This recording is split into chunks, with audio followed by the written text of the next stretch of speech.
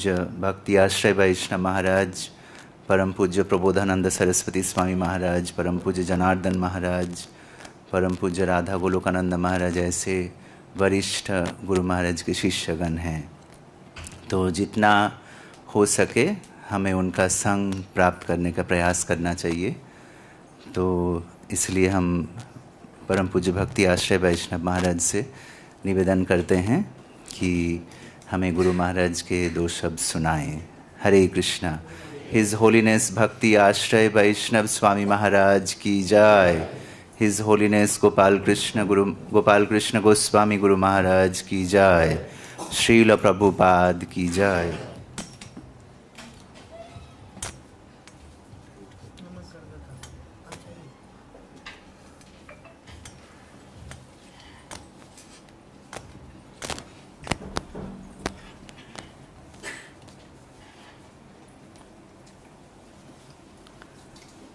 नमो विष्णुपादाय कृष्णपृष्ठाय भूतले श्रीमते गोपाल कृष्ण गोस्वामी निति नामिने प्रभुपादस्य साहित्य प्रकाश्य वितिर्यच प्रचारं कृतवान् साधु भगवत्पादाय ते नमः।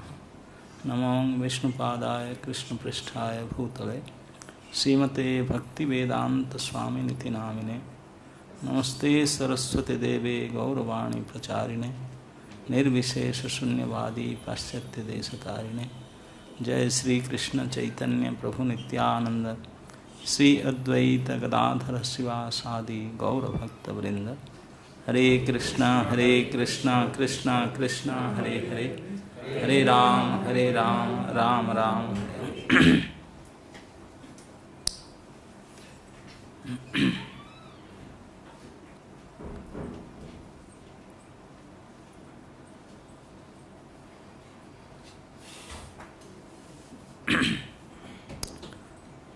पूरे इस्कन संस्था में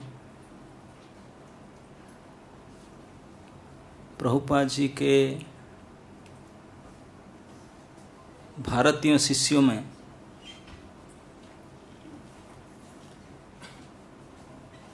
हिज होलीनेस गोपाल कृष्ण गुरु महाराज अन्यतम थे। उनका प्राकट्य तो दिल्ली में ही हुआ था, स्कूलिंग उनका दिल्ली में ही हुआ था, लेकिन बाकी कॉलेज एजुकेशन वगैरह बाहर में हुआ। उन्होंने फास्ट उनके ग्रेजुएशन MBA फ्रांस में किए थे। उसके बाद कनाडा आए, वहाँ पे एक प्रसिद्ध यूनिवर्सिटी में सेकंड MBA किए, डबल MBA। और 1967-68 में ही वाज वर्किंग बहुत बड़ा कंपनी में मार्केटिंग मैनेजर के रूप में। उस समय में क्योंकि शुरू से उनके अंदर भक्ति की भावना था, महाराज कहते थे कि पहले मैं स्कूल कार्य में से ओम ओम जप करते थे। प्रभुपाद जी ने को पूछे थे, बोले मैं ये जप कर रहा हूँ। Prabhupada no problem, that is also okay, but Hare Krishna is medicine for this age. तो उन्होंने प्रभुपाद जी को देखने मिलने से पहले भक्त लोगों को मिले कनाडा में। उन लोग ने कीर्तन करते थे, बुक डिस्कशन करते थे, तो उनका मन में तो स्पिरिचुअल फीलिंग्स था। तो उन्होंने कुछ स्पिरिचुअल बुक्स लिए उनसे और उनको पूछे। फिर पता के कि उनका पास में सेंटर था, वो आते थे सेंटर में और रेगुलर आते थे, थोड़ा बहुत कुछ करके जाते थे, कीर्तन अच्छा लगता था, अपने काम में जाते थे। तो कुछ दिनों के बाद उनको पता चला, उन लोग ने सभी बोले कि प्रभुपाद आने वाले हैं, हम मिलना चाहेंगे। तभी ज़माने में प्रभुपाद आ रहे मतलब इट्स बिग थिंग।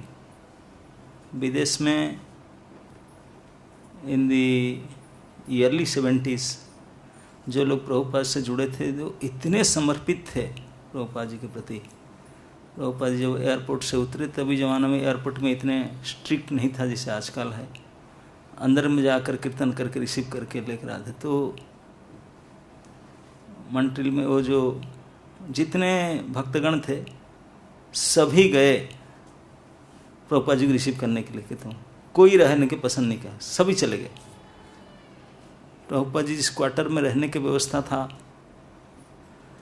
उसको क्लीन करना था, लेकिन कोई क्लीन करने राजी नहीं था। सब जाना चाहते थे एयरपोर्ट रिसीव करने के लिए। तो जो इंचार्ज थे तो उन्होंने देखे गुरु महाराज भी पहुंचे थे। He was in his managerial dress, pant coat tie and his dress. तो उनको रिक्वेस्ट किए, बोले आप तो प्रभुपाद से मिले नहीं, can you do one favour for us, कि प्रभुपाद जा रहे हैं, हम लोग सब जा रहे हैं उनको रिसीव करने के लिए, कोई है नहीं उनका एक क्वार्टर को क्लीन करने के लिए, यानी क्लीन। अब नहीं जानते थे कि ही इज ए मैनेजर, देखते थे कोई आ रहे हैं, इंडियन लोग तो कर लेते हैं सब कुछ काम। तो उनको रिक्वेस्ट किए, महाराज राजी हो गए, लोग डू दैट। तो उन्होंने लंबे समय तो चले गए, इतने समय तक उन्होंने क्लीनिंग कर रहे थे उन क्वार्टर को। इतनी अच्छा क्लीनिंग किए थे उन्होंने, पूरी दिल लगा करके, जैसे हम चैतन्य चरितामृत में वर्णन सुनते थे कि गुंडीचा मार्जन के दिन गुंडीचा मंदिर की भगवान चैतन्य महाप्रभु ऐसी क्लीनिंग किए कि अपने हृदय को जैसे बाहर निकाल करके ले आए और शीतल बनाए, जैसे भगवान के आने के लिए बिल्कुल योग्य बना दे। इस प्रकार से तन मन लगा करके सफाई किए, फ्लोर, टॉयलेट, खिड़की, रेलिंग, एवरी डिटेल बहुत अच्छे तरह से। अकेले ही थे।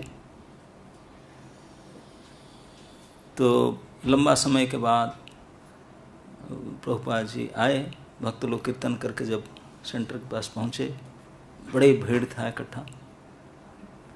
गुरु महाराज न्यू, उन्होंने सफाई कंप्लीट कर चुके थे, हट करके चले गए भीड़ से, क्योंकि प्रभुपाद जी को पहली बार देखे, दूर से देखे। प्रभुपाद जी बहुत माला वाला पहन करके आ रहे थे। तो सारे भक्त उनके साथ बहुत एंथुजियास्टिक कीर्तन करके प्रभुपाद जी के साथ आते थे। प्रभुपाद जी क्वार्टर में एंट्री किए, फास्ट स्टेप रखे, घूम करके पूछे जो सो वरिष्ठ भक्त थे, हु क्लीन दिस प्लेस। वो लोग सोचे कि कुछ गलती हुआ क्या, ठीक से सफाई नहीं हुआ, हम तो कोई थे नहीं, क्या बोलेंगे, एक नया व्यक्ति को बोल कर गए थे, वो ठीक से सफाई नहीं किया क्या। प्रभुपाद पूछ रहे हैं, उनके मन में कई प्रकार शंका उठा। Prabhupada is there any defect, कोई हम करें न। मैं पूछ रहा हूँ कौन सफाई किया था, ना हम लोग नहीं किए थे, ना किया था कौन। वो सोचते हैं हमको दोष हो गया, बोले ना हम नहीं किए तो कौन किया। ना one new Indian gentleman in pant and shirt coat, उनको बोले थे करने के लिए। प्रभुपाद सुने इंडियन मैन, जेंटलमैन, तो और इंक्विजिटिव हो गए प्रभुपाद जी ने। तो बोले ब्रिंग हिम, उनको बुलाओ। तो हम देखते हैं जैसे ध्रुव महाराज अब उनके माँ से उपदेश पाए, भगवान को मिलने के लिए पन ठान कर निकल गए, उनके गुरु दौड़ कर आए उनको मिलने के लिए। नारद जी आकर रास्ते में उनको भेंट किए। तो गुरु महाराज ने प्रभुपाद जी को मिलने के लिए प्रयास नहीं किए, उन्होंने उनके क्वार्टर को सफाई किए। This is his interview, first entrance. Prabhupada ji से मिलने का यही उनका उपक्रम था। और प्रभुपाद जी इतने प्रसन्न हुए थे सफाई को देख करके, ही वॉज सो मूव्ड, इतने प्रभावित थे। तो इसलिए बोले कौन सफाई का बुला, जब बुला के लेकर के आए तो प्रभुपाद जी बहुत प्रसन्नता से उनको वेलकम किए, क्योंकि इतने अच्छी से वो क्वार्टर को सफाई क्लीन किए थे। इसी को देख कर प्रभुपाद जी बहुत प्रसन्न थे। और घर में प्रवेश करने से पहले ही यही पूछने वो मिलना चाहेंगे कौन सफाई किया, कि देख करके समझ गए कि somebody has given his really his time and mind and heart, everything into it. इस लगाकर सफाई की, जैसे क्वालिटी क्लीनिंग, ये था सेवा, सर्विस एटीट्यूड। इस सर्विस एटीट्यूड के साथ उनका एंट्री होता है, प्रभुपाद जी से प्रथम मिलन होता है। और उसी दिन से Prabhupada was so much impressed, इतने उनके सेवा भाव से प्रभावित थे। वो जब देखे कि ही इज हाईली एजुकेटेड, अभी तक प्रभुपाद जी के पास जितने लोग आए थे उनसे सबसे उच्च शिक्षित थे। भारतीय नवयुवक में से बहुत ही उच्च शिक्षित थे उन्होंने, और इतने मिनिमल सर्विस, सब कुछ क्लीन किए सबसे पहले, तो इससे बहुत प्रभावित थे। और उसी दिन से उनको प्रभुपाद जी को दिल जीत लिए थे। मिलने से पहले प्रभुपाद जी को बहुत प्रसन्न किए थे। तो उसी दिन से ना जाने कितने पत्र लिखे थे। Every 2 days a letter, every second day another letter,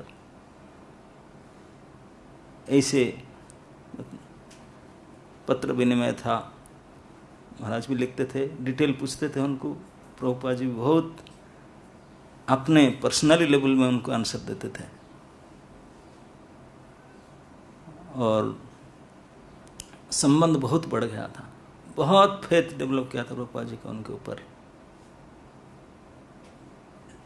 एक समय में श्री श्रीमद तमाल कृष्ण गोस्वामी महाराज से सुना था, वो बता रहे थे कि जब हम लोग सब सन्यासी थे, जीवीसी थे, इतने बड़े बड़े प्रभुपाद सेक्रेटरी सब दायित्व ले काम कर रहे थे, और प्रभुपाद जी भारत में इस कृष्ण बलराम मंदिर को बनाना चाह रहे थे। और प्रभुपाद जी का भरोसा छूट गया, क्योंकि 2-3 बार उन्होंने जो डेट दिए थे अभी हुआ नहीं हो पा रहा था।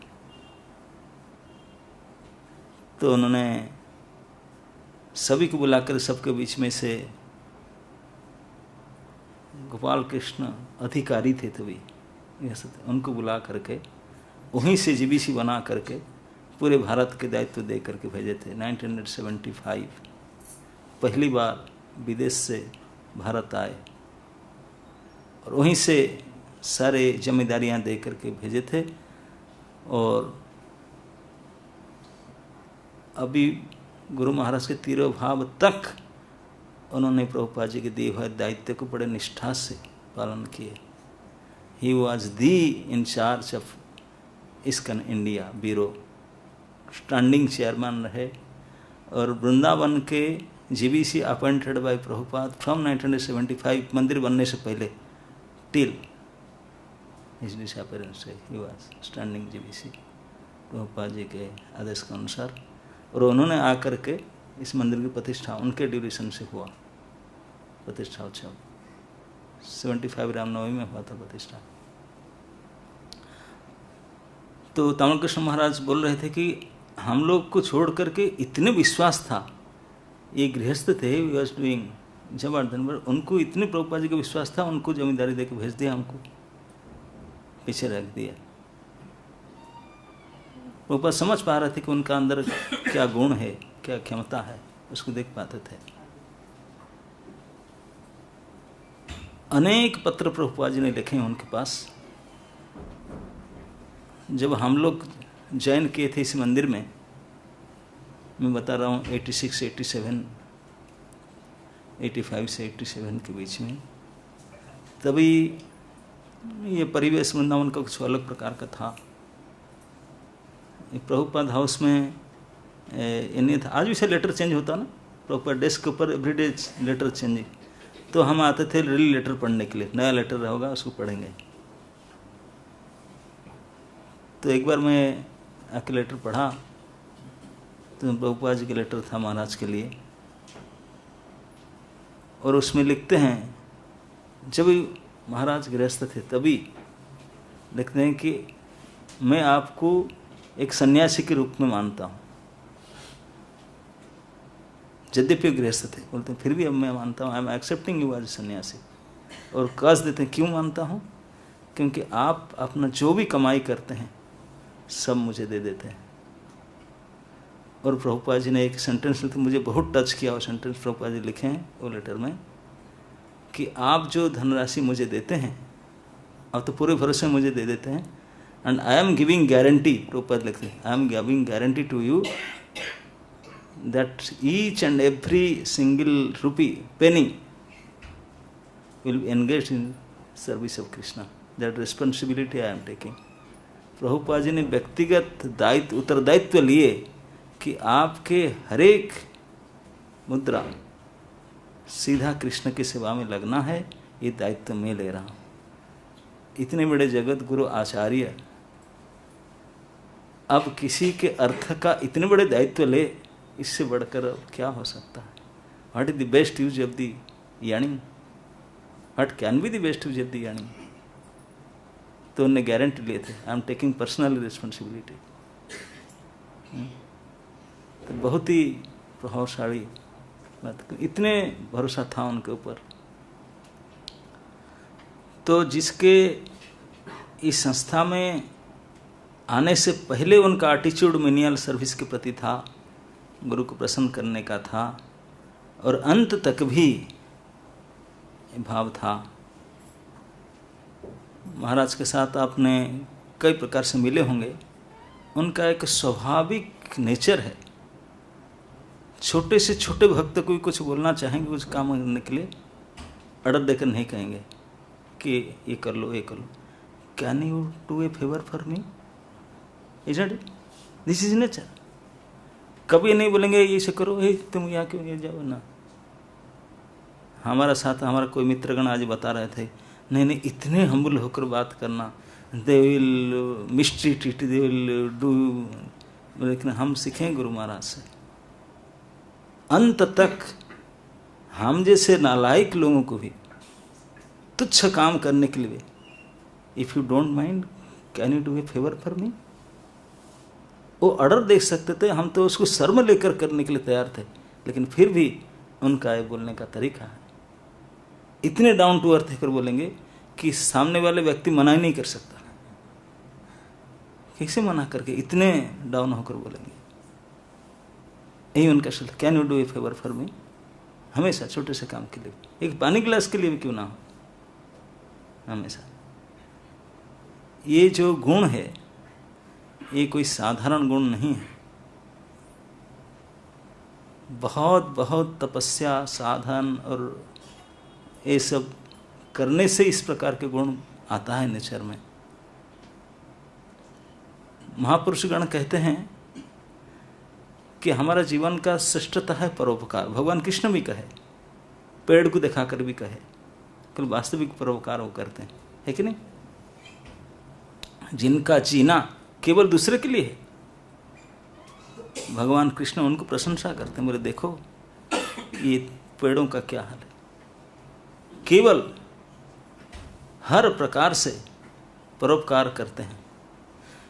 हम परोपकार तो कर नहीं पाते, कम से कम अपकार तो नहीं करना चाहिए। किसी को सुखी नहीं कर पाते हैं, लेकिन इतने तो करे किसी को दुखी ना करे। इतनी बड़ी बात है achievement. You cannot make everybody happy, but at least try to इतने करो कि किसी को दुखी ना करो, है ना? लेकिन हमारा नेचर तो पर दुखे सुखी, पर सुखे दुखी, है नहीं? मच्छरता। लेकिन गुरु महाराज का अंदर बिल्कुल निर्मत्सर भाव था, किसी के भी प्रति, चाहे अपना हो परा हो, किसी प्राणी के प्रति साधारण कृपा, दया भावना था, साधारण। ऐसा नहीं कोई सेल्फिश एटीट्यूड, नहीं इसको फायदा मिलेगा, नो नो नो, ऐसा कुछ नहीं। स्वाभाविक करुणा था सबके प्रति। ये उनके आचरण से, उनके वाणी से इसी झलक रहा था। इसलिए उनके वाणी में इस प्रकार की दैन्यता प्रकट होता था।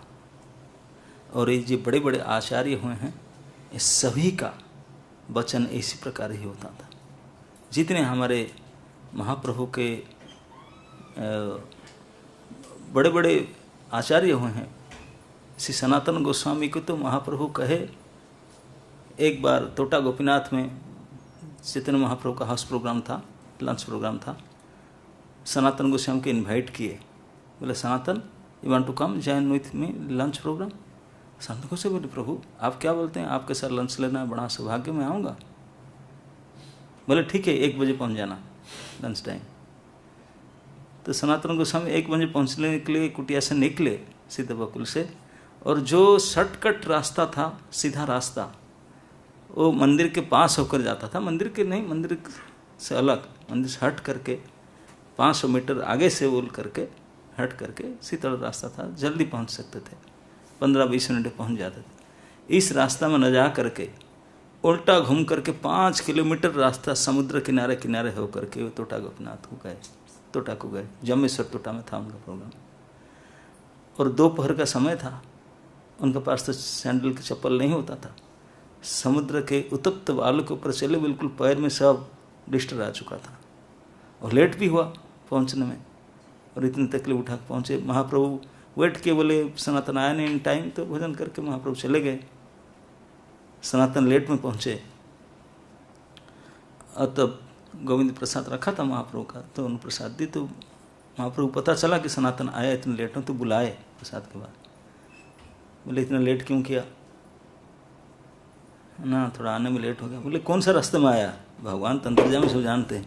बोले समुद्र तट होकर है। बोले क्यों समुद्र तट होकर आया, रास्ता तो सीधा ये है, ये 5 किलोमीटर घूम कर इतनी गर्मी में पैर में छाला पड़ गया ना। हाँ थोड़ा कष्ट तो हुआ, लेकिन आपके साथ लंच लेने का सौभाग्य से कोई मुझे दुख महसूस नहीं हुआ, आ गया। भगवान देखे कि उनके पैर में छाला पड़ा हुआ है। बोले तू यहाँ ना आ करके इसे घूम करके इतने धूप के समय क्यों आया। सनातन गोस्वामी उत्तर दिए, प्रभु आप तो जानते हैं मैं कितने नीच हूँ, नीच जाति, नीच कर्म, नीच संगी, हर प्रकार से अधम करके मानता हूँ, है ही हूँ, तो मैं इस रास्ता पर कैसे आऊँ। बोले क्यों, दोपहर में तो कोई, बोले दोपहर में कोई आना जाना नहीं करते। बोले इस रास्ता में जगन्नाथ जी के सेवक लोग आना जाना करते, बाई चांस कोई सेवक रास्ता में चलता है, मैं तो छूंगा नहीं उनको दूर से, लेकिन मेरा छाया अगर उनके छाया को स्पर्श कर ले, मेरे छाया भी अगर उनके छाया को स्पर्श कर ले तो मुझे पाप लगेगा। इसलिए मैं रास्ता में दूर से गया नहीं। उसको छोड़ करके बिल्कुल गरम चप्पल नहीं पहने थे, बालू में पैर में सड़ रास्ता रख रहा है। ये उत्तर को सुन करके महाप्रभु आलिंगन किए सनातन को। बोले सनातन में इसलिए बुलाया था आपको कि आप कैसे आगे ही जानने के लिए आपने पास कर गया, यही मर्यादा है। अगर आप ऐसे मर्यादा पालन नहीं करोगे कौन करेगा। तो इस प्रकार से हमारे गोस्वामीगण आचार्यगण सब शेड्यूल माने जो पक्का करके सेट करके गए हैं आचरण, कितने त्याग वैराग्य। तो अगर गुरु महाराज के साथ जब वृंदावन आते थे, जब भी कहीं जाते थे, चाहे वृंदावन परिक्रमा हो, चाहे गोवर्धन परिक्रमा हो, या ब्रजमंडल में कहीं स्थान हो, कि वृंदावन में कोई गोस्वामी टेम्पल हो, कहीं चलते थे, कहीं में किसी भी जगह पता चला ये कोई ठाकुर जी के स्थान है, ये कोई आचार्य के स्थान है, वो कोई गोस्वामी, तुरंत प्रणाम करेंगे वहाँ, रिस्पेक्ट। और हम लोग यंग थे, हमारा हाल खराब होता है, कितने प्रणाम करेंगे, लेकिन वो करते थे। हम तंग हो जाते, डर लगता, जाएंगे तो सैकड़ों प्रणाम करेंगे, जहाँ जाएंगे इधर भी करेंगे, इधर भी करेंगे, इधर भी करेंगे, हम परेशान हो जाते थे, लेकिन वो करते थे। क्योंकि उनके अंदर जो भावना था, आप सब आपको पता नहीं होगा, महाराज गायत्री करते हैं, उनका टाइम लगता है गायत्री करने में। हम लोग तो कर लेते 5-7 मिनट पूरा, महाराज का 10-15 मिनट तक लगता है। तो वास्तविक क्या करते हैं, वो गायत्री करने के बाद 3 बार संसार दावा नड़ गाते हैं गायत्री के बाद। एक बार बोले, भले गुरुवाष्टक में तो गाते हैं हम लोग, जसस त्रिसंध्याम, गुरु के जस को त्रिसंध्या में गाना चाहिए। तो हम 3 संध्या गायत्री करते हैं, गुरु गायत्री के साथ 3 बार संसार तांडव करना चाहिए, यही उनके जैसे गान है। तो हम लोग तो गुरु महाराज के तिरुभाव होने के बाद में महीना में 1 बार मिलते हैं, लेकिन उन्होंने तो दिन में 3 बार त्रिसंध्याम, यही नियम है। गुरु की प्रसन्नता के लिए गुरु के जैसा गान दिन में 3 बार होना चाहिए। जैसा त्रिसंध्याम, और वो करते थे उसको। तो उनका आचार्य ग्रहण के प्रति, गुरुजन के प्रति जो आदर भाव था, जो सम्मान भाव, भक्ति भाव था, ये अतुलनीय है। चाहे उनके शरीर साथ दे ना दे, लेकिन ये अनपैरेलल फीलिंग उनका जो है, उसका तुलना नहीं था। और इसी के कारण वो कितने भी बड़े से बड़े परेशानियों को टैकल करते थे केवल उन्हीं लोगों की कृपा के कारण।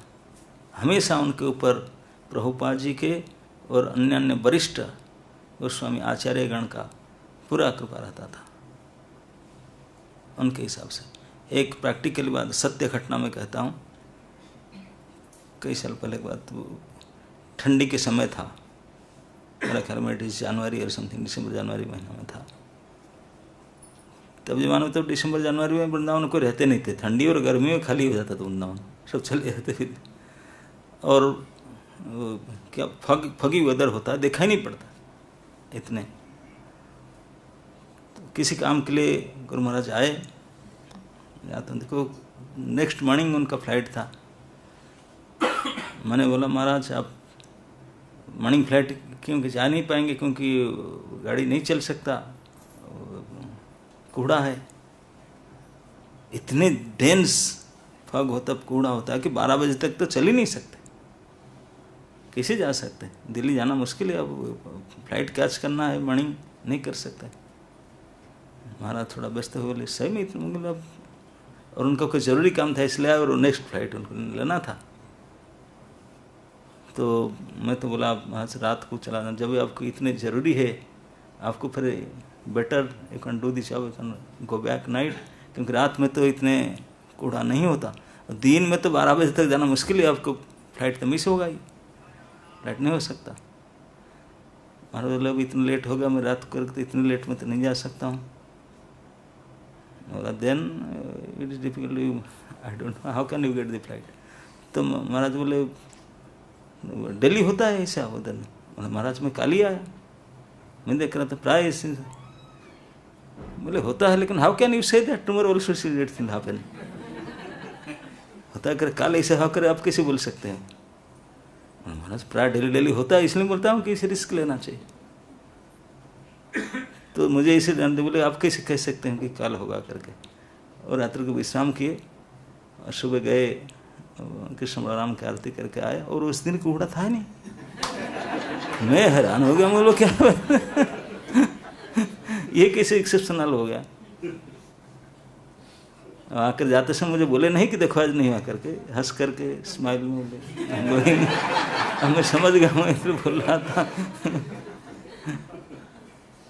तो उनका ऊपर बड़ों का, गोस्वामीगण का, आचार्यों का कृपा रहता था, तो उनके भरोसा में उसको हाई रिस्क लेकर काम करते थे। अब हमेशा इस कठिनाई मैनेजमेंट, कई प्रकार की परेशानियों को झेलना, हम लोग तो एक छोटा सा 10-5 लोगों की समस्या झेलने में हमारा हाल खराब हो जाता है। कैसे डील करेंगे, his nature is like that, he is saying like that. उन्होंने तो पूरे संसार को लेकर बैठे थे। कितने कंप्लेन कहाँ से आता था, कितने कितने लोगों को झेलने करना पड़ता था, लेकिन केवल ठाकुर जी के ऊपर प्रार्थना, पूर्ण भरोसा, बड़ों का भरोसा, इसी के बल पर उन्हें सामना करते थे। और इतने हाथ जोड़कर कि कहीं भी पूरे भारत में इस्कन का कोई भी समस्या कहीं भी हो, बाकी कोई जाएंगे न जाएंगे, महाराज को जाना ही पड़ेगा। और जाते थे पूर्ण गुरु कृष्ण के ऊपर भरोसा रख करके, ऐसे हाथ जोड़ के नम्रता से बात करते थे, प्रेजेंट करते थे। तो सामने वाले व्यक्ति फिर बोला छोड़िए, एडजस्ट कर लीजिए, चलेगा, समाधान करके आते थे। तो ये जो उनके स्वभाव था, आचरण था, वो असाधारण है। इसलिए उन्होंने इतने लंबी समय तक इतनी बड़ी गुरु दायित्व को संभाले थे। बहुत बड़े चैलेंजिंग टास्क है, उसको संभाल करके वो मैनेज करते थे। और वही एक्सपर्ट थे, और इसी के एक्सपर्टीज के कारण प्रभुपाद जी ने उनको दिए थे, बोले you do it, manage it. और जो कार्य उनको अपने गुरु जी ने दिए थे, उनको भेजे भारत में, बोले वृंदावन मंदिर को तो कंप्लीट करना है तुझे। और उसी साल किए थे उन्होंने, 75 में आए और 75 में ही प्रतिष्ठा हुआ था।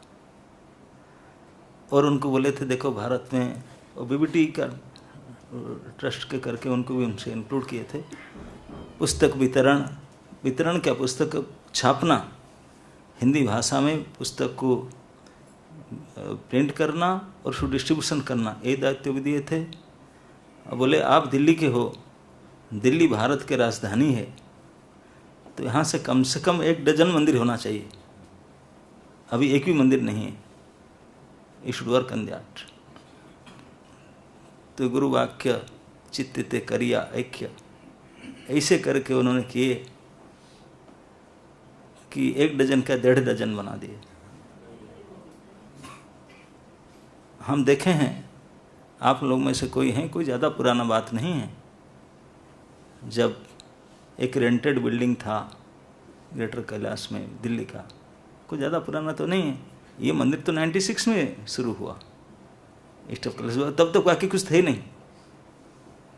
महाराज का व्यास पूजा आगरा इनिशिएशन जो भी होता था बम्बई में ही होता था, दिल्ली में कुछ था नहीं। हम सभी जाते थे, दो ही दीक्षा लेना होता बम्बई में, व्यास पूजा सब बम्बई में होता, दिल्ली का एग्जिस्टेंस नहीं था, एक रेंटेड बिल्डिंग था। हम देखे सामने में ये सारे, इतने सारे बड़े बड़े टेम्पल, इतने बड़े कंग्रीगेशन जो डेवलप हुआ है, ये उनका अथक परिश्रम है, भारी तपस्या, दिन रात लगा करके उसको डेवलप किए और किए। प्रभुपाद जी की इच्छा था, उन्होंने किए। आज पूरे भारतवर्ष में बिल्कुल जब से महाराज ने हाथ में लिए बुक डिस्ट्रीब्यूशन ने, तो फिर अनबिटन दिल्ली का पोजीशन रहता था। पहले भारत हुआ पूरे विश्व में टप्पर, फिर भारत मायापुर होता था, और मायापुर वेट करके दिल्ली। तो मायापुर मैनेजमेंट में फिर महाराज को वहाँ पे भी जीवीसी बना दी, बोले कम से कम आप रहेंगे तो हमारा भी होगा। प्रार्थना की तो फिर एक बार दिल्ली, एक बार मायापुर, दिल्ली मायापुर ऐसे चलता है। लेकिन इंडिया रहा टॉप में। प्रभुपाद जी का सबसे प्रिय प्रोग्राम था पुस्तक वितरण और प्रचार, इसी में से वो टप्पर ही थे।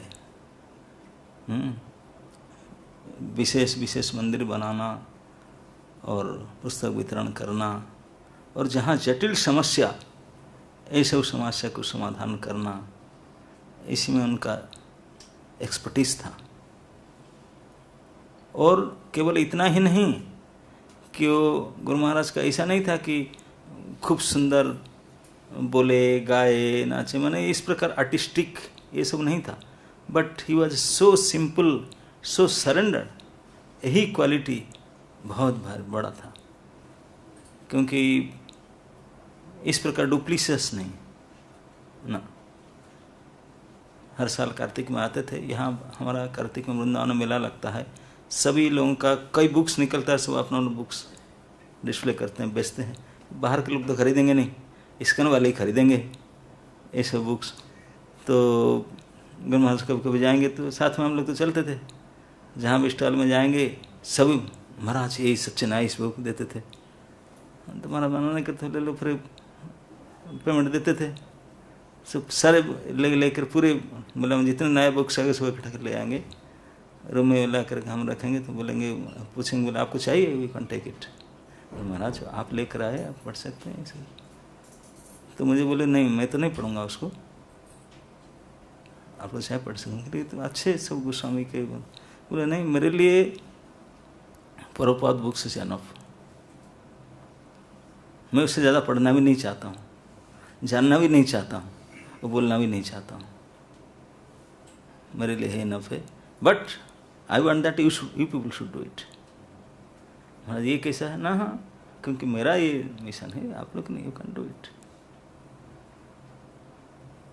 एक समय गोवर्धन परिक्रमा में मैं भी था, प्रभुदानंद महाराज भी थे, और कई भक्त भी थे। गुरु महाराज गोवर्धन परिक्रमा करेंगे, राधा कुंड से पहुंच करके जानवा बैठक में बैठ के गायत्री करेंगे दोपहर में, फिक्स उनका है। तो मैं हमेशा फास्ट वॉकर है, थोड़ा आगे चलता था, रोकते थे फिर आगे चले जाते, रुको साथ में, कैसे आगे पीछे करके आते थे।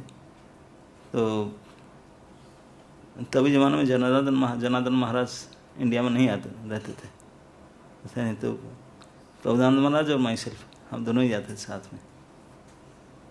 तो जाके जानवा बैठक के पास बैठ के गायत्री किए, मैं पास में खड़ा था। प्रभुदानंद महाराज की इच्छा था कि राधा कुंड स्नान कर ले, लेकिन गुरु महाराज बैठे हैं, उनके सामने कैसे स्नान कर लेंगे, क्या कहेंगे, तभी जमाने की बात है। तो मुझे प्रेस की बोले जाकर पूछो, जाकर पूछो, हम स्नान करेंगे नहीं, गामछा पहनकर रेडी स्नान करने के लिए। अब मुझे बोलते हैं कि जाकर पूछ लो, परमिशन ले लो, स्नान करे कि ना करे। अब प्रभुदानंद महाराज मेरे से सीनियर है, बड़े, मैं उनका बात मान करके गया, जाके प्रणाम किया, बोले महाराज हम क्या राधा कुंड में स्नान कर सकते हैं? तो महाराज बोले कि आई एम नॉट डूइंग, मैं तो नहीं करूँगा, मैं कर नहीं सकता, बट आप कर सकते हैं, आप कर सकते हैं, जाओ। तो मैं आके बता, महाराज बोले आप वो तो नहीं करेंगे, आप कर सकते हैं। तो तुरंत वो तो रेडी थे, चले गए। तो मैं भी उनके साथ में चला गया। अब ये ग्रुप में जो परिक्रमा महाराज थे, जो असुमति नंदन भी थे, वो थोड़ा धीरे धीरे चल के आते थे। जब हम स्नान करके उठे तो असुमति नंदन पहुंच गए, इतना डांटे हम दोनों को, ऐसा डांटे। तो पद ने बयान किया, आप कैसे स्नान किया, कैसे स्नान किया, हम क्या कहें, हमारा हालत खराब कर दे डांट करके। लेकिन गुरु महाराज अलाउ कर देते, देखे कि हम इनक्विजिटिव है, क्यों उनको रोके, करने दो। लेकिन बोले कि मैं नहीं करूँगा, लेकिन आप कर सकते हैं। हम अगर समझदार होते तो हम समझ जाते, जो गुरुजी नहीं करते हम क्यों करें। लेकिन हम तो इसमें समझदार है कि हम तो कर ही डालेंगे, ये मना करे तब भी छिप कर लेंगे। तो महाराज बोले कि मना करूँ तो कर ही ना, करने दो उनको। लेकिन इनडायरेक्टली इतने डांट पड़ा उस दिन। तो इस प्रकार उनका किसी को किसी प्रकार से दुखी नहीं करेंगे, एडजस्ट करके बोलेंगे ऐसे, अगर समझदार हो तो समझ लो, नहीं तो कम से कम हताश दुखी मत हो, करके जाओ, कर लेंगे। अब अनेक परिस्थिति में यहाँ जो हम पहले 80 to 90 के बीच में, ईयरली 90s में, प्रभुदानंद महाराज बुक टेबल में काम कर रहे थे। मंदिर के अंदर बुक स्टॉल होता था, वहाँ बैठते थे। अब मैं बाहर में जहाँ इन्फॉर्मेशन काउंटर है ना, वहाँ बुक स्टॉल था, गेट वहीं हुआ करता था। समाधि तो था नहीं, प्रॉपर समाधि नहीं बना था, तो वहीं मेन गेट था, तो वहीं से लोग आते थे। तो यहाँ बुक स्टॉल था, मंदिर में था, मैं अंदर और बाहर ऐसे हम दोनों बुक स्टॉल मैनेज करते थे। तो धीरे धीरे फिर हमको ट्रैवलिंग संकीर्तन करने के लिए बुला गया, और प्रभुदानंद महाराज लीडर बने, और फिर बोले कि आपको भी आना पड़ेगा। पकड़े, फिर मुझे भी जाना पड़ा उनके साथ में। तो किए उन्होंने लगातार। प्रभुदानंद महाराज जो काम करेंगे तो करेंगे, बिल्कुल स्ट्रिक्टली करेंगे, वेरी स्ट्रिक्ट प्रिंसिपली। इतने सभी लोग तो इतने नहीं हैं, इतने कठिन तपस्या संभालना वाले। अब कुछ साल के बाद में और थक गए और देखे कि नहीं चल रहा, तो उन्होंने तो बोले मैं बस राधा कुंड चला जाऊंगा, डिसाइड किया। तो गुरु महाराज मना के बोले नहीं ऐसा मत करो, आपको संकीर्तन नहीं करना, कुछ और करो। बोले मैं फिर मंदिर में कीर्तन करूँगा। बोले करो, आंध्र की टीम में ज्वाइन करो। तो प्रभुपाद जी ने, प्रभुदान महाराज 24 आवर कीर्तन में आए, तो फिर संकीर्तन मेरे ऊपर आ गया। तो फिर मैंने किया, मैंने थोड़ा लिबरल है आज ही मैंने बता रहा था, हम दोनों रूममेट है प्रभुदान महाराज में, दोनों साथ में काम किए हैं, लेकिन हम दोनों का नेचर है, प्रभुदान महाराज हार्ट बहुत क्लीन है, नम्र है, लेकिन मुंह में इतने स्पष्टवादिता है, उनसे हाँ बोलना संभव नहीं है और मेरे से ना बोलना संभव नहीं है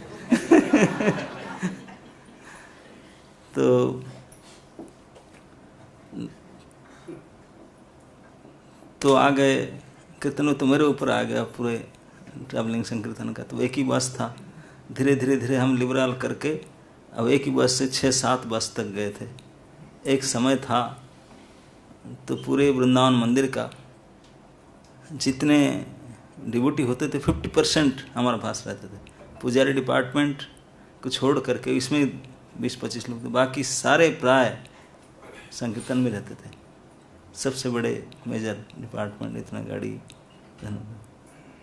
तो कई प्रकार लोग रहते थे, सबको तो हम कर नहीं पाते समान में। एक समय वो बैंक इस प्रकार होता था, कभी भी आया संकीर्तन पैसा, बैंक तो खुलेगा, कभी 3 दिन छुट्टी पड़ गया तो उसके बाद में जमा होगा।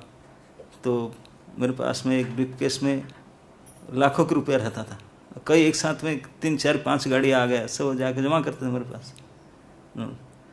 तो एक असिस्टेंट ही था, हमारा ही असिस्टेंट था, उनका पर लोभ आ गया। हम मंगल आरती आए थे, वही मंगल आरती आया था मेरा, मंगल से जाकर वो लेकर भाग गया, उठा करके। 3 दिन का बैंक छुट्टी था, हम जमा नहीं कर पाए थे, और लेकर भाग गए। तभी जमाना में लाखों रुपया चला देना, इट इज सचमुच मर जाना। इतने दुख हुआ क्या बताऊं। तभी जो अकाउंटेंट थे बहुत दुखी, मैं तो क्या करूं भाग करके गया ढूंढने के लिए, यहाँ वहाँ 3 दिन तक बंगाली था, मायापुर तक गया, वहाँ गया, मुझे बिल्कुल खाना पीना भी नहीं, इतनी दुखी हो गया था मैंने। तो मायापुर में ढूंढते कलकत्ता में कहाँ गया, उनका एड्रेस में नहीं मिला। मायापुर में गया तो गुरु महाराज मिल गए। अब मैं तो बिल्कुल काला पड़ चुका था, इतने ट्रेन में भी गया था विदाउट टिकट में, क्योंकि इतने बड़े चोरी हो गया। दोस्त मेरा था कि मेरे रूम से गया।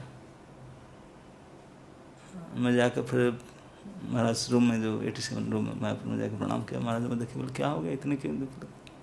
बोले महाराज ऐसे घटना हो गया। बोले होता रहता है, डोंट वरी। बोले मुझे पुरी जाना है कल, मेरे साथ चलना है।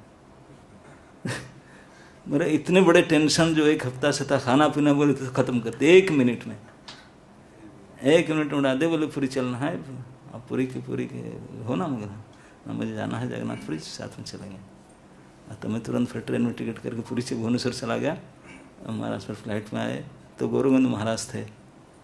मैं जाके बताया, महाराज गौरगोविंद महाराज रिसीव किए महाराज को, अपना गाड़ी दिए, अपना ड्राइवर दिए पुरी जाने के लिए। अब पुरी में गए, जगन्नाथ मंदिर जाकर प्रसाद पाए। साथ में महाराज बोले जगन्नाथ मंदिर आए, वहीं बैठ के प्रसाद पाएंगे। मंदिर के अंदर बैठ के प्रसाद पाए। भूरिजन प्रभु वहाँ रुकते थे तभी, तो महाराज गए उनसे मिलने के लिए। उनका भी जो गढ़ ब्रदर होगा सब सामान से मिलते जा कर गए। भूरिजन प्रभु हमारे बहुत पुराने मित्र, क्योंकि हम जब गुरुकुल में जैन के थे वृंदावन में, तभी भूरिजन प्रभु थे इधर। वो गुरुकुल बिल्डिंग में रुकते थे, हम भी गुरुकुल बिल्डिंग में रुकते थे, तभी एक ही था, पुराने मित्र थे। तो पूछे, मैं उनको बताया, प्रभु जी इतने बड़े इंसिडेंट मेरे से हो, तो बोले इतने पैसा चला गया। वो देखिए, लेकिन गुरु महाराज तो आधा मिनट नहीं लगे, सारे टेंशन उठा दिए थे, लेकिन बाकी किसी को डाइजेस्ट नहीं होता था। Don't worry. और ठाकुर जी की कृपा से कुछ कमी नहीं रहा, सारे भर गए, आज इट इज फिल्म हो गया। और उस लड़के को तो था ढूंढने के लिए, बाद में 6 महीना करीब बाद में पूरी रथ यात्रा में पकड़ में आया था लड़का ब्रह्मचारी जी। लेकिन फिर महाराज बोले छोड़ दो उसको, जाकर क्या करे कुछ नहीं। तो जो भी हो, ये हम देखें प्रैक्टिकली उनकी कृपा का लिमिट। बाकी लोग को इतने डाइस में कितनी बड़ी कर रहे, क्योंकि जानते हैं जब इतने मरोस हो जाए आगे बहुत कुछ करना है, इसी को लेकर बैठ जाएंगे तो फिर आगे नहीं बढ़ सकते। तो इतने दूरदृष्टि संपन्न रहते थे। अब तुरंत देखते हैं कि रब का होश, इसके लिए क्या करना है, ठीक है जो हुआ हो आगे बढ़ो। इस प्रकार के प्रेरणा उत्साह जिस समय में जरूरी बहुत है, इतने हालत खराब था तो उस समय इमीडिएट आधा मिनट में टेंशन सारे उठा देंगे, दूर कर देंगे, संभाल के रखते थे। नहीं तो ऐसी ऐसी स्थिति आया था, हम तो अब तक आपके सामने बैठे हुए हैं कि नहीं, क्योंकि इतने समय पढ़े के रहना, इतने बड़े कॉम्प्लिकेटेड इस साथ में इतना आसान बात नहीं है। लेकिन फिर भी ये गुरु महाराज का विशेष कृपा था, और उन्हीं के भरोसा में सबको सामना करके टिक गए। कभी कैसे भीषण से भीषण परिस्थिति का सामना करना पड़े, लेकिन उनके पास जाते तो बहुत कैजुअली उसको हैंडल करके मैनेज कर लेते, डोंट वरी हो जाएगा सब ठीक। और हो ही जाता था सारे, कुछ समय के बाद सारे समाधान अपने आप होता था। Just wait. तो उनके ऊपर पूर्ण भरोसा रख करके हम आगे चलते थे, जो भी कुछ करते थे बस वहीं पहुंचते थे, समाधान वहीं से हो जाता था।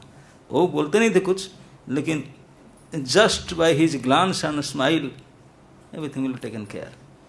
ज़्यादा कुछ बोलते नहीं थे, जस्ट देखते थे, ओके ठीक है, हो जाता था।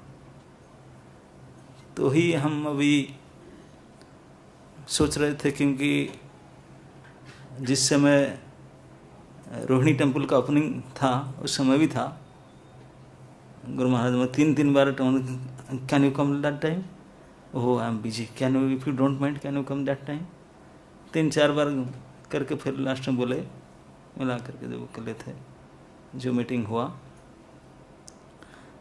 और उसके बाद मैं डिसाइड हुआ था कि मैं उनके साथ में चंडीगढ़, गुड़गांव और पुणे इस सेरेमनी में जाना है, इस डिसीजन हुआ था। तो और उन्हें ब्यूरो मीटिंग देहरादून में गए।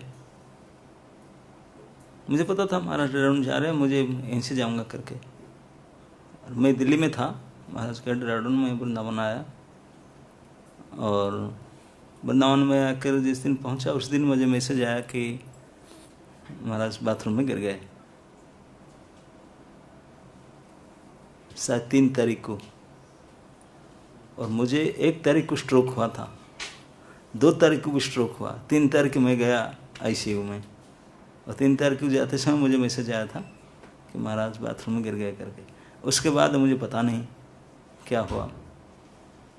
महाराज के समाधि क्रिया का 1 दिन 2 दिन के बाद मुझे पता चला, बताया गया। तो ही हमको ही लग रहा था कि जब भी कुछ भी ऐसे सिचुएशन में जब जाते थे, दर्शन मात्र से समस्या समाधान होता था। अब कहाँ जाएंगे, है ना? नहीं तो मुझे किसी ने बताया, कमलोचन पर हो रहा, बोले कि लग्न अग्रह हॉरोस्कोप चेक किए हैं कि आपका तो इतने बड़े पता नहीं को राहु कि क्या शनि बोले बहुत बड़ा दशा था, हार्ट अटैक में। जब मैं गया था तो वो डॉक्टर ने फरीदाबाद में चेक किया, बोले योर हार्ट इज वर्किंग 20%, 20% चल रहा था। बोले अब बचकर कैसे, अभी जिंदा कैसे है, वो भी हैरान हो रहा था। अब मुझे उन्होंने बताया कि उन्होंने जो हॉरोस्कोप देखे वो बोले कि आपका तो महादशा था, अब बिल्कुल आपको जाने ही वाले थे, कोई रोकने वाला था, लेकिन आपके लग्न में गुरु बैठे हुए हैं।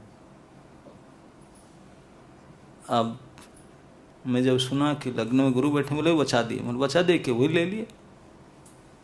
हमारे जो मारक दशा था महाराज ने ले लिया अपने ऊपर। अंत तक उनका पोषण था। वो देखे वो तो वहाँ रहे, मैं तो वहाँ रहा, लेकिन कोइंसिडेंसली अब इतने बड़े, मैं तो जानता नहीं था हार्ट अटैक होते कैसे, लेकिन इतने बड़े स्ट्रोक आया था, कोई महादशा था।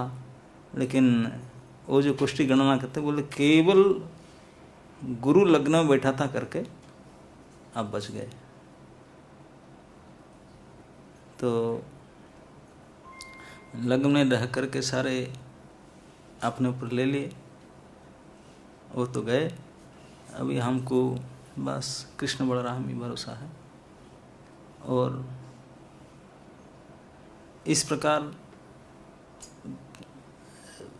ये भी एक शिक्षा है कि हमको परंपरा के ऊपर और कृष्ण के ऊपर कितने भरोसा होना चाहिए। हम केवल उनके ऊपर छोड़े नहीं। तो आज गुरु महाराज प्रकट नहीं है, ये निश्चित बात है, लेकिन ऐसा नहीं क्यों नहीं है, आज भी वो हमारा साथ में है, कहीं भी है, उनकी कृपा दृष्टि आज भी है, और देख रहे हैं और सुन भी रहे हैं और समझ भी रहे हैं। अंतिम में जो उनकी इच्छा था, जो उनको उपदेश था, अंतिम वही अपेक्षा रखते हैं कि जैसे ही प्रभुपाद जी, क्योंकि प्रभुपाद जी के प्रति 1% में पूर्ण समर्पित थे, 100% प्रभुपाद फॉलोअर।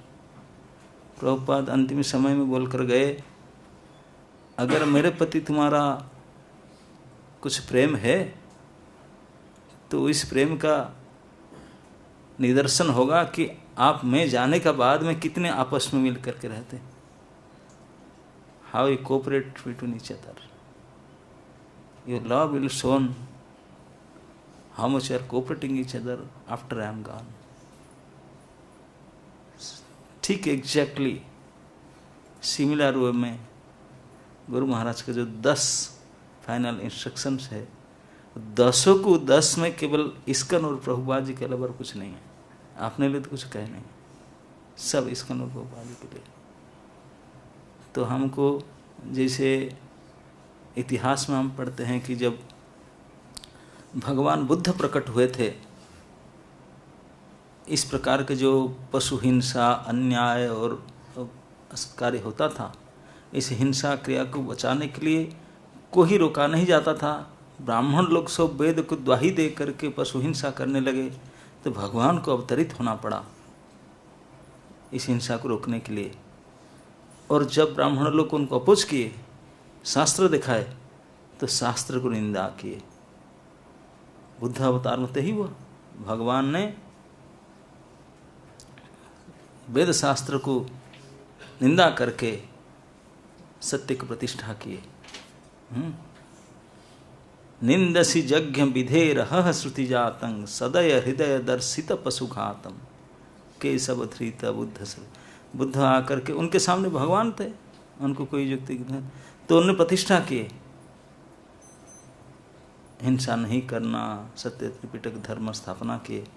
लेकिन बुद्धदेव के जाने के बाद में सारे फॉलोअर हो गए बुद्धिस्ट के, बुद्धदेव के फॉलोअर बन गए, शांति स्थापना हुआ, पशु हिंसा बंद हो गया, वेद को कंडेम कर दिए। बुद्धदेव के जाने के बाद में फिर किसके फॉलोअर होंगे? सब साक्षात बुद्ध थे, उनसे सब डायरेक्शन लेते थे, उनके फॉलोअर थे। तो बुद्धिज्म में आप देखेंगे नारा है, बुद्धं शरणं गच्छामि, बुद्धं शरणं गच्छामि। बुद्ध जब नहीं रहे तब संघं शरणं गच्छामि, ये सुने कि नहीं? बुद्ध नहीं है तब क्या जाएं? संघ, सोसाइटी, संघम शरणं गच्छामि। तो प्रभुपाद जी भी ये सोसाइटी छोड़ गए। प्रभुपाद जी अब गए, बोले कोऑपरेट एंड बी देयर, इसमें रहे तो आपका जीवन बिल्कुल प्रोटेक्टेड है, इसमें कोई चिंता नहीं। दायित्व ये सब बड़े बड़े आचार्य परंपरा पूरा आपके रिस्पॉन्सिबिलिटी लेने के तैयार है। तो महाराज भी जाते समय हम लोग को ऊपर यही रिस्पॉन्सिबिलिटी दे गए, never ever leave ISKCON in what ever situation. जो भी कुछ हो जाए सहन करके पड़े रहो, इसी में ही आपके जीवन की सफलता है, इसी में ही कल्याण है। उनके सारे उपदेश में ले दे करके बी निष्काम, और उनके जो भी है कार्यक्रम इसमें भाग लेके इसमें पड़े रहो। तो ही संघम शरणम गच्छामि। व्यक्ति नहीं तो संघ तो है, सोसाइटी तो है। We should be always protected and guided by society and work for society. This is our project. Guru Maharaj ने अपने जीवन पर्यंत वही करके गए, गुरु कृष्ण और इस्कन के लिए काम करके गए, और उनके बाद में जो कुछ हम लोग नालायक बचे हैं, तो उनको जो कुछ हमारे पास है, शक्ति, सामर्थ्य, बुद्धि, वृत्ति, इस संस्था के लिए ही लगाना चाहिए। बस इसी से ही हमारा सफलता है, इसी में हमारा कल्याण है, उसको अन्यथा नहीं। तो इसी में गुरु महाराज की प्रसन्नता है, और उनका we can feel his presence. जितने हमें इस्कन प्रति समर्पित होकर के, प्रभुपाद के प्रति समर्पित होकर के अपना कार्यक्रम करेंगे, तो इसने इतने परिमाण में गुरु महाराज की उपस्थिति को अनुभव कर पाएंगे हमारे साथ। क्योंकि ये वपु रूप में जो करके गए, वाणी में जो बोल कर गए, अब वपु नहीं तो वाणी से इस प्रकार करें तो हम उसी को अनुभव कर पाएंगे। यही उनकी इच्छा था, यही उन्होंने किए थे, वही उन्हें चाहते थे।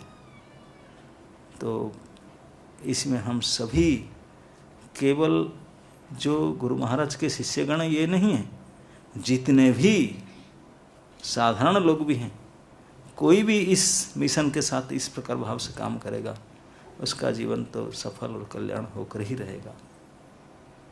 तो कोई भी रहे, तो यही मैं खुद अपने आप को इसी को लेकर के बैठा हूँ। बस जो भी बचा कुचा जीवन तक यही करना है, अभी तक यही करके आए। जो हम आए थे बिल्कुल यंग थे, जो हम यूथ अभी बूढ़े हो चुके हैं, सठा गए अभी। अब जो आए थे बिल्कुल, अब पूरा यंग था, बिल्कुल यंग से अब तक इस एज पर जो इस काम में लगाए, तो बच्चे कुछ अभी इसको क्यों नहीं लगाएंगे। इसे लगाकर जो उनके आदेश, जो रिस्पॉन्सिबिलिटी दिए हैं, उसी के लिए शेष पर्यंत वही काम करते जाएंगे, उसी से ही उनकी कृपा, उनकी उपस्थिति को महसूस करते जाएंगे। हरे कृष्ण। परम पूज्य गोपाल कृष्ण गुरु महाराज की।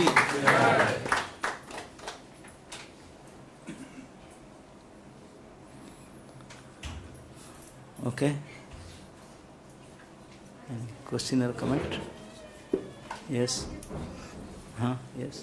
Maharaj, I just want to know, like, if you're having some problem you're facing in your the job which is given by the Guru Maharaj, at that time, are we supposed to contemplate that same thing?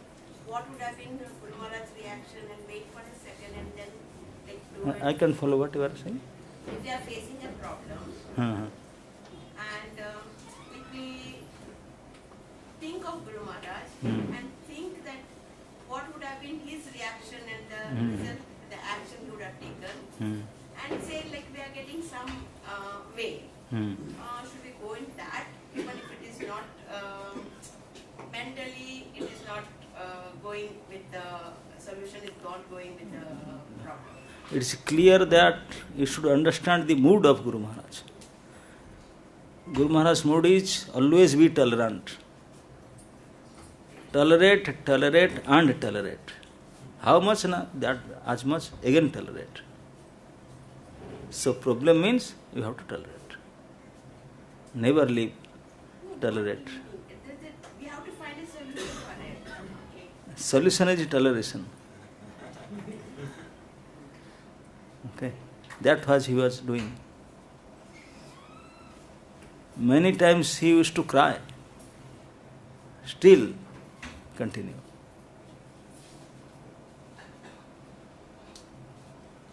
This is tolerance. Problem will be there. ऐसे तो हो नहीं सकता कि will be free from problems. था, है, वो रहेगा. But सहिष्णुता ही एक शस्त्र है जिसको सामना करके हम उसको डील कर सकते हैं.